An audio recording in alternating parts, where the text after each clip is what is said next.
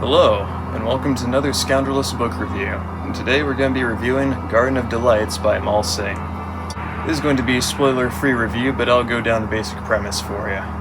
So it takes place in a fantasy setting, and there's this garden that harbors a bunch of flowers that when you consume them, they give you certain powers. Some of them make you really fast, others change your genetic composition, that sort of thing. They essentially give you superpowers, but they do exact a toll.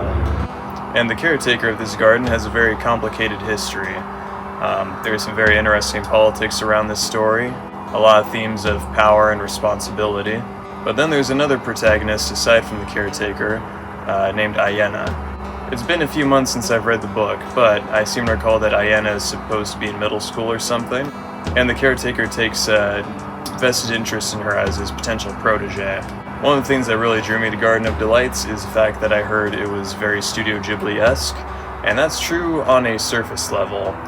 It definitely gives you similar vibes. It's very imaginative, magical, very weird creatures and modes of transportation, that kind of thing.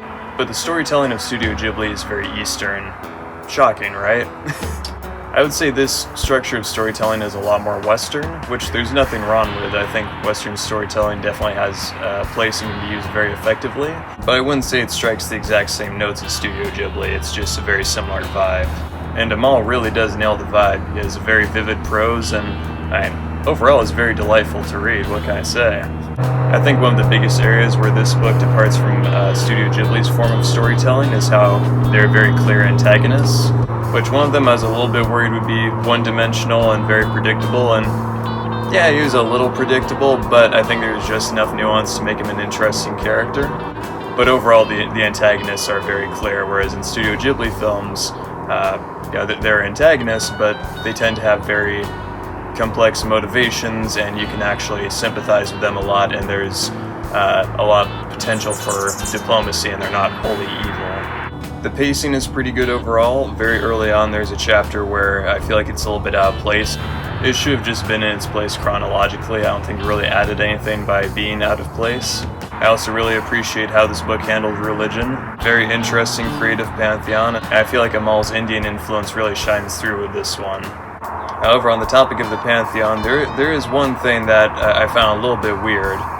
This is revealed in chapter 1, but there's this race of godlike beings who use Ser pronouns, C-E-R, and special pronouns are not used anywhere else in the story, which is a little bit interesting, because they're a godlike race of beings who are the antagonists, and yet people in the story respect the pronouns of these evil beings. In the story that I'm writing, when it comes to like spirits and gods and that kind of thing, if there's no clear masculine or feminine traits, I just call them it.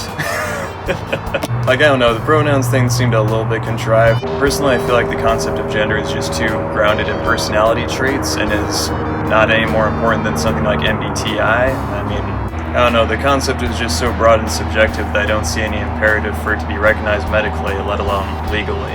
I don't think it's a very big deal. We all gotta live and learn. My personal view is that nature always sorts herself out, and that if there is something objectively evil about it, it will ultimately defeat itself. And if there is something good and valuable in it, then excellent, it should live on just fine. So yeah, overall, I would consider this a pretty light read, very fun, delightful. I wouldn't recommend it to children, probably more so teenagers. Yeah, overall, Garden of Delights is very solid. I would rate it a 7 out of 10.